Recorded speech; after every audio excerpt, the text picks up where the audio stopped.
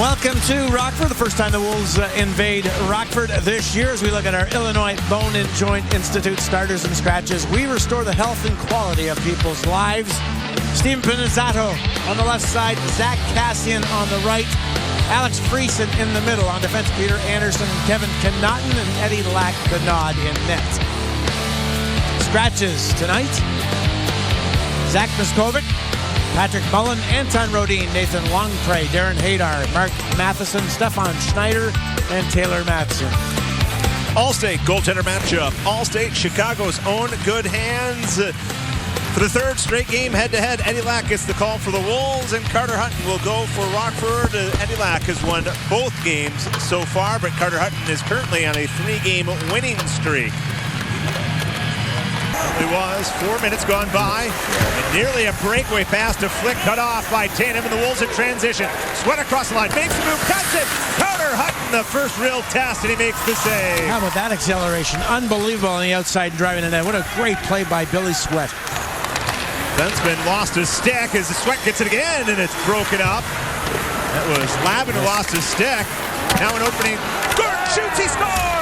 He doesn't even know. From the slot, buries it 1-0 Chicago. Well, a couple of breakdowns, just talking about defensive structure, and ever since the neutral zone mishap when Chris Tanev falls down but gets the puck past everybody moving in towards the Wolves zone, in that transition, the Wolves keep control and get a couple of good opportunities. Andrew Gordon is actually high in the slot when he gets this puck on his stick. Jordan Schroeder behind the net. What a backhand pass that is. A little bit of a break maybe off Lavin, but it goes right on Gordon's stick, and he just rips it home on the blocker's side. Beautiful play. Good puck control by the Wolves. A streak now for Andrew Gordon. 3 straight games with the goal. You see the first 5, no tallies, and now 3 in a row. He's picked up a goal. Breakaway off the faceoff for Moore. Cutting in. Backhander. Missed the mark, but he draws the penalty. Will be a penalty shot? No, just a slash. Swatted away by Dahlback, and out to center comes Morin. Morin wrists it in on Eddie Lack, and he's going to cover with Smith barreling down. A couple of guys have a little extra here. Morin in there to help out his teammate in front of the net. Smith is just going to talk about the fact that the Wolves in a couple of situations around Carter Hutton have tried to go top shelf glove hand side and missed the net. Here is the Eddie Lack hold of the puck, and then the Smith comes in, but to the side, not so much in his body. That can be a penalty now if we do that. And then the defense come to the Stork's aid. Storken, Swedish for Stork, for the big long legs. Long legs have been busy. 4th busiest goaltender in the AHL so far. The other, Carter Hutton, is the 2nd busiest, playing 426 minutes already this year. Cut off the faceoff, beat scores! We're tied at 1. Well, the Wolves have had some troubles with faceoffs in their own zone, and not just in this game. We're talking about that, I think it was against San Antonio. Quite a few losses in your own zone. They're winning battles in the offensive zone, but here we go on the draw. Kruger, pardon me, that's Flick.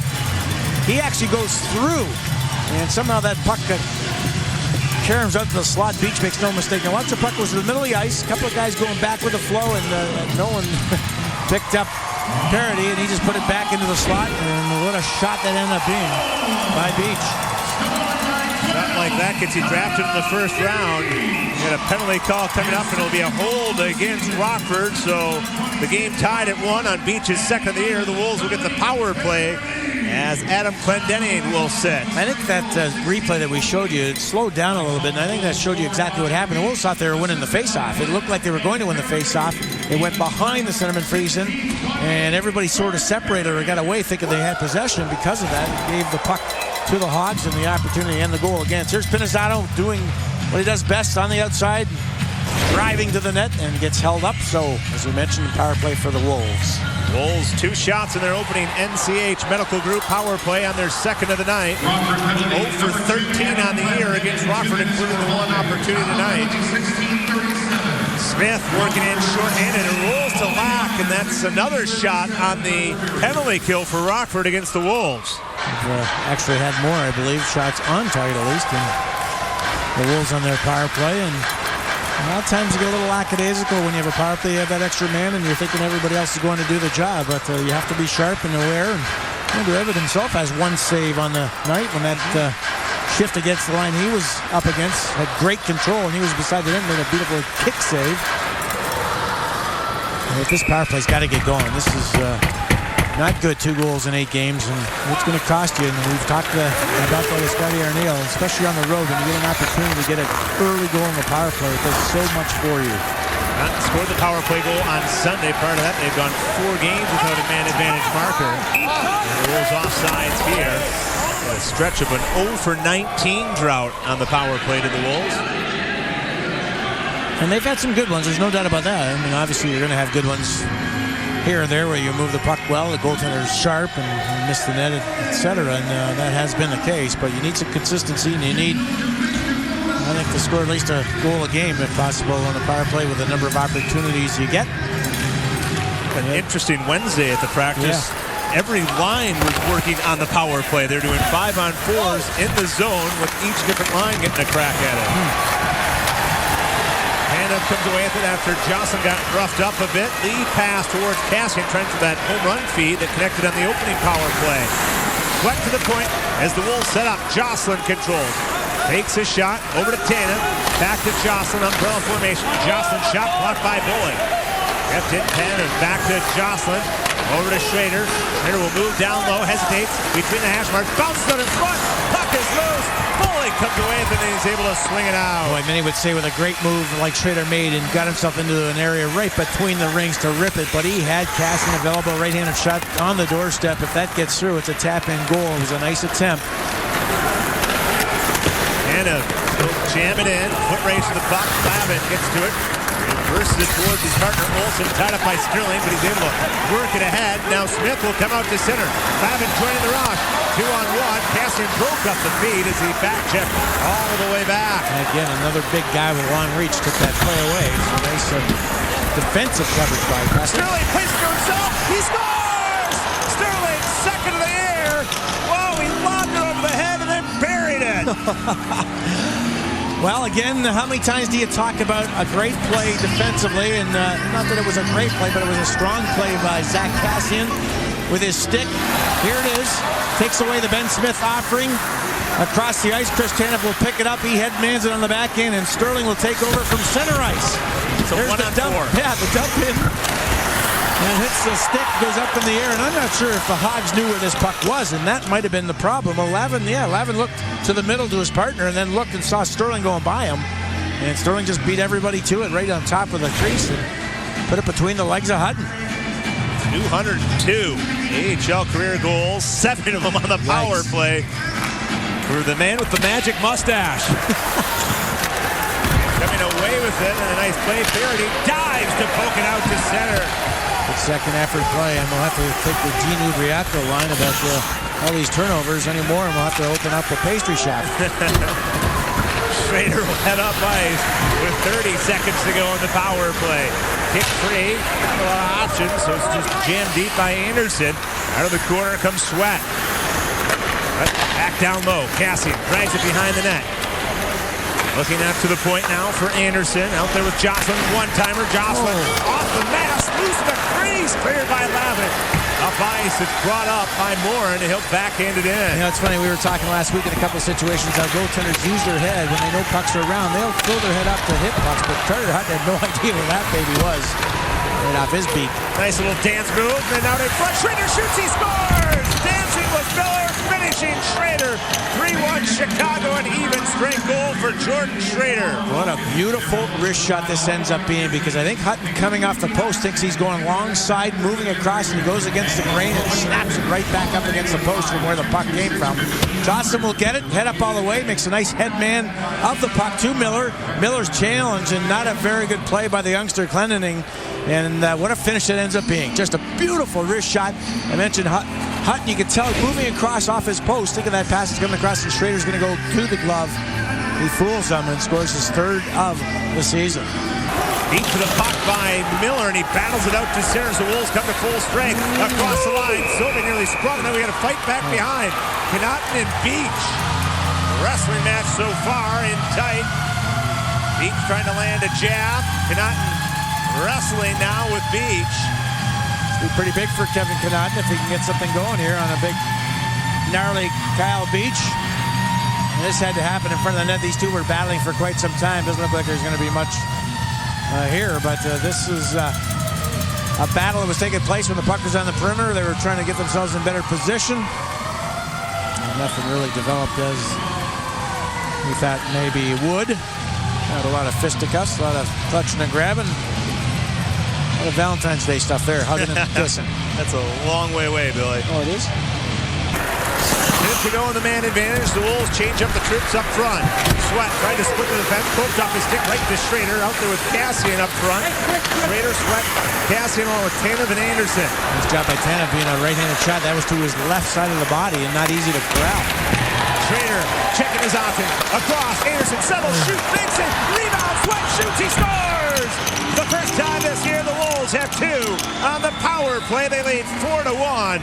Net presence, boy, you got to have it on a power play, and with the skill level of a lot of these teams today, you know you're going to have a lot of perimeter play and pretty plays, but you need someone to eventually get to the net. And we know Zach Cassian's that style of player, but not on the ice in this situation. It all starts with really good movement by Schroeder coming into the zone. Boy, he made a couple of nice pull and drags, kept control of it, and now he patiently waits, and it looks like it's going to Sweatt. You can see three white sweaters moving towards Sweatt. He goes to Peter Anderson. That wrist shot was so hard to handle for Hutton. Hit him in the chest, and a big fat rebound right to the backhand of Sweatt, who parked it home. Looks like we're going to get a goalie change here as Carter Hutton, we touched on it, the second busiest goaltender in the American Hockey League. And Ted Dent with his troops down 4-1 is going to make the change. Carter Hutton not happy. Looked like he was going to swing the stick on the glass, but held up. Alec Richards will come in. Picked up a win in his one game against Charlotte, stopping 23 of 27, but gave up 4 goals in that win. And there's Carter Hutton now visibly upset. St. Pierre on the draw against Jordan Schroeder. Sticks tied up off the faceoff. St. Pierre able to play it back to the line. Now for Lavin. To St. Pierre. Right up the skates of Sylvain. St. Pierre comes away with it once again. Give and go. Smith to St. Pierre up top for Lavin.